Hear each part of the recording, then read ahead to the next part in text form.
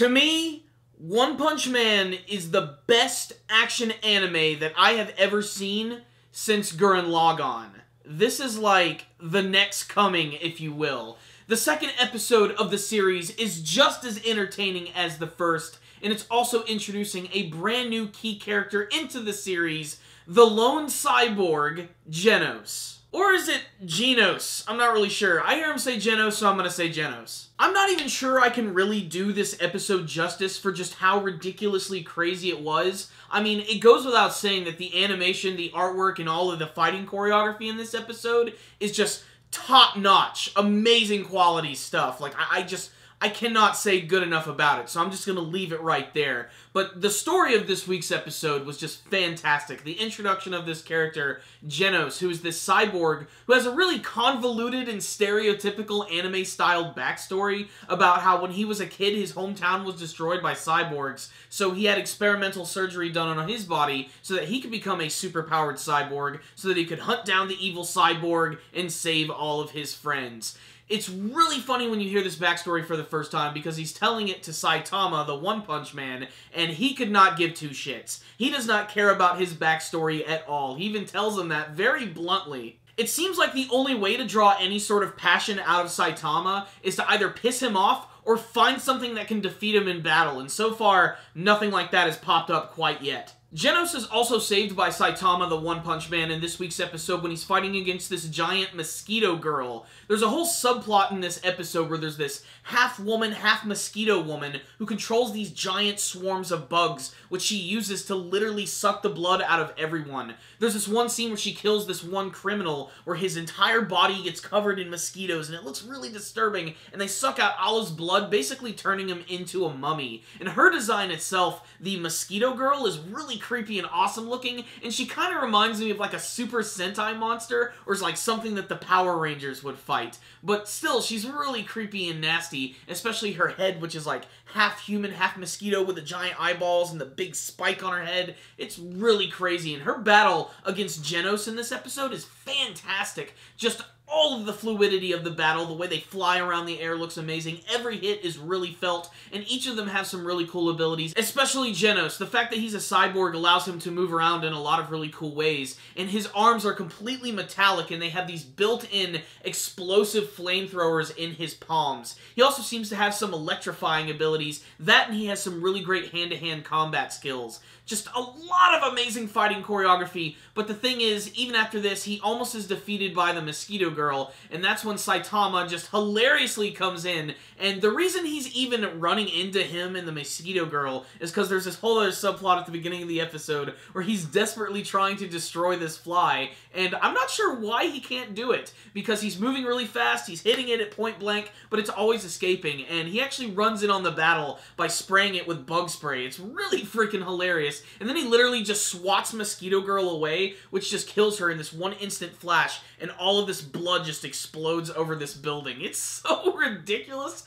but it's incredibly funny. And now that Genos has been saved by Saitama, he decides that he wants Saitama to be his master so that he can get stronger. And what's most surprising to me is that Saitama got really powerful within a very short amount of time. Like, he claims that it was only really about 3 years. I think he was 22, and then now he's like 25. So I cannot wait to see what sort of like things he did to get that powerful, and apparently he's going to teach all of this to Genos. The second half of the episode has even more action. Apparently there's this villainous group which is known as the House of Evolution, which are creating all of these animal-human hybrids. I'm guessing they're the ones who created Mosquito Girl, and of course they're the ones who created the other villains in this episode, which is this giant armored gorilla, this giant talking lion, and a few goofy ones like this slug, this frog, and this mantis, who all just get completely destroyed by Saitama and Genos. But this is a great excuse for action, and it's also the brilliance of the character of Genos. The reason that I think it's so great that they introduced this character is that because with Saitama, he's just going to defeat all of his opponents in one punch, and as cool as it looks when he does that, that could get old pretty quick. But then you have the character of Genos, who honestly is very vulnerable. He's going to take a lot of damage, and that's what's going to be really great. We're going to have other characters in the series who are going to have much more serious fights, because even though Saitama is awesome in this week's episode, he still is really disenchanted with what he's doing. He still has like his goofy, emotionless face while he's pulling off these amazing feats. And it is really funny actually getting to see those two different sides. The more serious Genos and the more ridiculous and over-the-top Saitama. They really play off each other quite well, and I think that's going to be a great dynamic for the series. So yeah, the rest of the episode is just Genos and Saitama just completely destroying this giant armored gorilla and this giant lion, which features just so much good animation. Just the landscapes around them are exploding, the fluidity of the action, the impacts, the hits. I just can't do it justice. It's something that you have to see for yourself. It's that freaking good. And of course, Saitama was really great this week when that giant lion started attacking him by slashing with all of these big meteor-like strikes, and he just effortlessly just dodged all of them and finished them off with one big, violent explosion. The entire top half of this lion guy's body was just exploding with blood and guts. This is such a violent and over-the-top series, but damned if it isn't one of the most entertaining things that I have seen in a long damn time. So, what's the rundown on this week's episode of One Punch Man? It's amazing. This show is freaking great.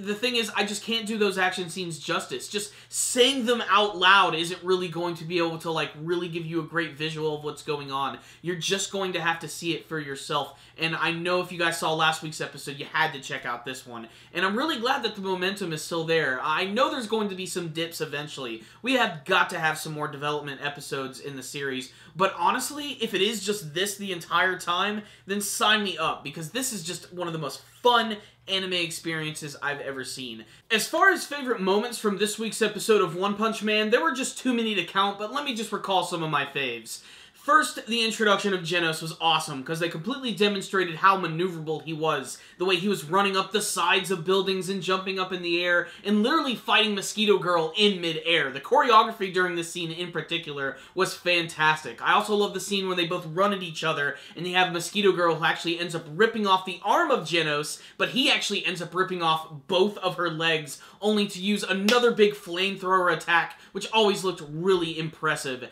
At the end of the episode, Genos' battle against the armored gorilla was also really impressive. The choreography there in particular was great, especially because you had this one big hulking character going up against this one little guy, but they made it seem really impressive. And Saitama had this one amazing scene where after taking out that giant lion guy, the weird mole guy tried to run away and like dig into the earth, but Saitama was somehow able to get there himself, which again just proves that you really can't even escape from this guy, even if you can burrow underground. It was both hilarious and creepy when the mole guy actually ran into him, because he had a really goofy looking face, and for him to just pop up out of nowhere was honestly pretty shocking. That and all the other action scenes in the episode just looked so freaking sexy. The soundtrack continues to be amazing. The characters are absolutely hilarious. The animation and the artwork is just godlike. It's just so perfect in every single situation. The character of Genos is really cool too, because now that we got this disciple character, like, we finally have like a weakness for the show, which is what I think is going to be really cool. It's going to allow us to see these really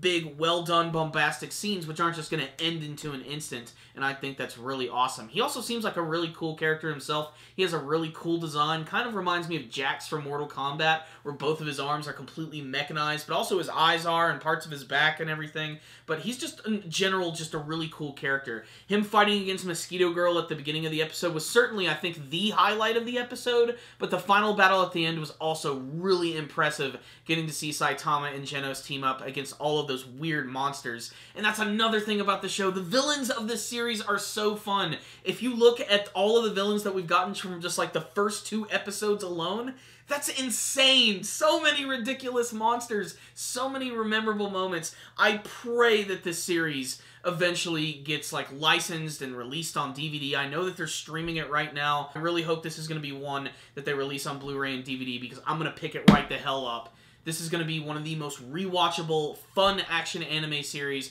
that I have ever seen, and I love that they introduced a new character, because it'll give us an excuse to learn a little bit more about Saitama, and maybe get under his skin a little bit, because he's kind of a hard character to read. He just continues to be incredibly disenchanted. but he still has a goofy sense about him. I mean, just look at what he uses to water his cactus, that weird, goofy-looking little elephant water pail. That's just so freaking funny. This show's great!